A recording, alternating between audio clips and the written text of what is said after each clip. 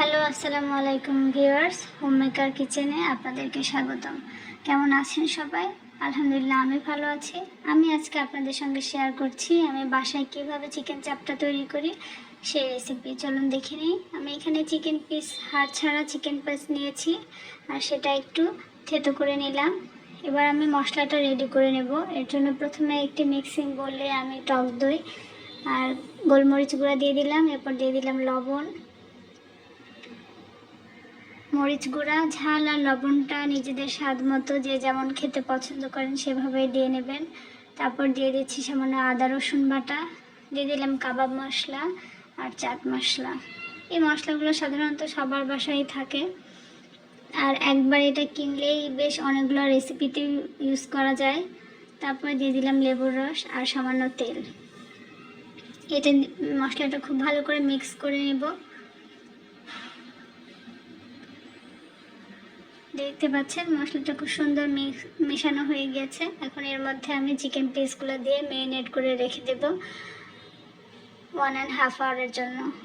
তো বেশি সময় রাখতে পারলে আরও বেশি ভালো হয়। 1 থেকে 2 ঘন্টা রাখলেই এনাফ।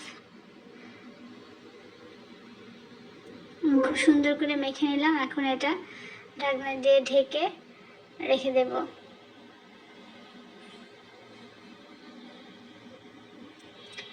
এরপর আমি আসলে চিকেন চাপটা ভাজার জন্য যেই উপরের যে লেয়ারটা সেটা তৈরি করে নিচ্ছি। এর জন্য আমি নিয়েছি বেসন, তারপর দিয়ে দিলাম গোলমরিচ গুঁড়া আর লবণ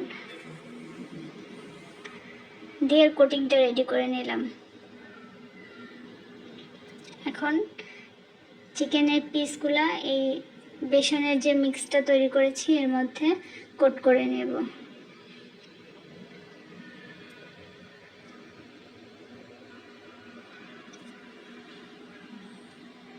খুব সুন্দর করে কোট করে নিতে হবে যেন বেসনটা খুব সুন্দরভাবে চিকেনের সঙ্গে লেগে যায়। তারপরে এভাবে ঝরিয়ে রেখে দেব। একটা প্লেটে এভাবে এক এক করে সবগুলো করে নেব। দেখতে পাচ্ছেন আমার সবগুলো কোট করা শেষ। এখন আমি ভাজার জন্য তেল দিয়ে দিলাম। পরে এগুলো মিডিয়াম লো হিটে ভেজে নেব, তাহলে সহজেই পুড়ে যাবে না আর ভাজাটাও খুব সুন্দর হবে। এবার এপিট ওপিট সুন্দর এরকম করে ভেজে নেব। দেখতে পাচ্ছেন আমার প্রথমের ওগুলো ভাজা হয়ে গেছে। প্রথম যেগুলো দিয়েছিলাম এভাবে আমি বাকিগুলো ভেজে নেব।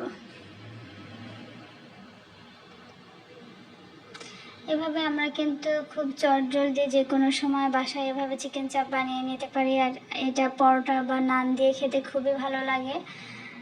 তো আমরা চিকেনটা ম্যারিনেট করে যদি ফ্রিজে রেখে দিই যে কোনো সময় নাস্তার জন্য আমরা এটা রেডি করে নিতে পারি। তো আমার আজকের রেসিপি দেখার জন্য সকলকে অসংখ্য ধন্যবাদ। আল্লাহ হাফেজ।